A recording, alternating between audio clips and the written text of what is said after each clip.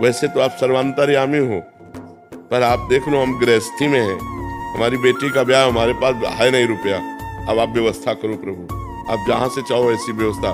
पक्का समझो ऐसा दूल्हा मिल जाएगा कि ज्यादा धन का खर्चा नहीं होगा, ऐसे आदमी मिल जाएंगे जो बहुत बढ़िया होंगे, वो भगवान सब व्यवस्था कर देते हैं। आप विचार करो, दशरथ जी की मृत्यु निश्चित थी ना, तो भगवान बचाए क्या?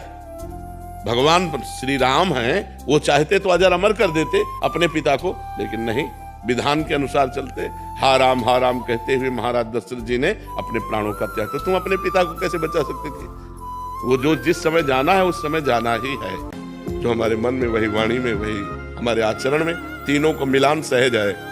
अगर तीनों एक है कि जो बोलते हो वही करते हो और वही तुम्हारे हृदय में, उसे सहज कहा जाता है, वही संत है। नहीं तो प्रायः वीडियो के सामने कुछ और होता है, कैमरे के सामने, और एकांत कुछ और होता है, बोल कुछ रहा है, हृदय में कुछ चल रहा है। बड़ा नाटक है माया का, तो इसीलिए भगवान की कृपा का अनुभव नहीं हो रहा।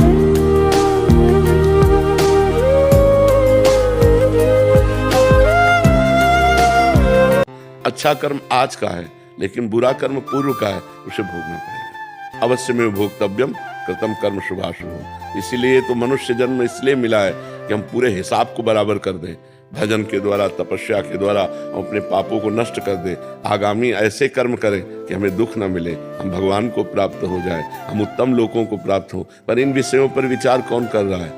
पहले पूरा भारत ही था और कुछ नहीं था। अजनाब खंड कहते थे, चक्रवर्ती सम्राट, जहाँ से सूर्योदय होता है, जहाँ से सूर्यास्त होता है, एक देश था केवल। अलग अलग द्वीपों का जो विभाग हुआ, महाराज ऋषभ देव जी ने अपने पुत्रों को विभाजित किया, 9 द्वीप। फिर उन द्वीपों का 9 विभाग हुआ। फिर धीरे धीरे भारत का और विभाग हो गया, पाकिस्तान, बांग्लादेश और विभाग हो गया। नहीं तो पूरा विश्व भारत देश था।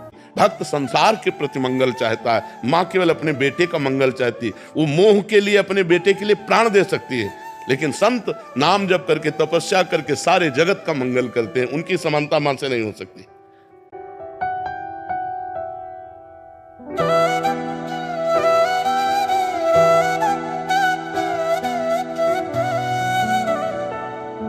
आगे और आधुनिकता बढ़ती चली जाएगी।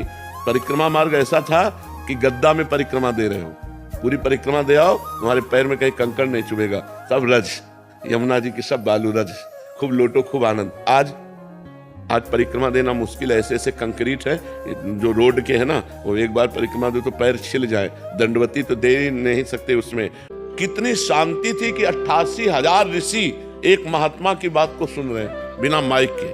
88,000 केवल ऋषि, शौनक जी आदि 88,000। कितना आत्मबल, कितना अध्यात्म बल प्रवक्ता में था कि 88,000 लोगों के कानों में आवाज जा रही और सब शांत होकर भगवान की चर्चा सुन रहे। तो हमने छक छक करके गंगा जी का जल पिया है, यमुना जी का कमंडल से ऐसे जल पिया है 25-30 वर्ष पहले यहीं।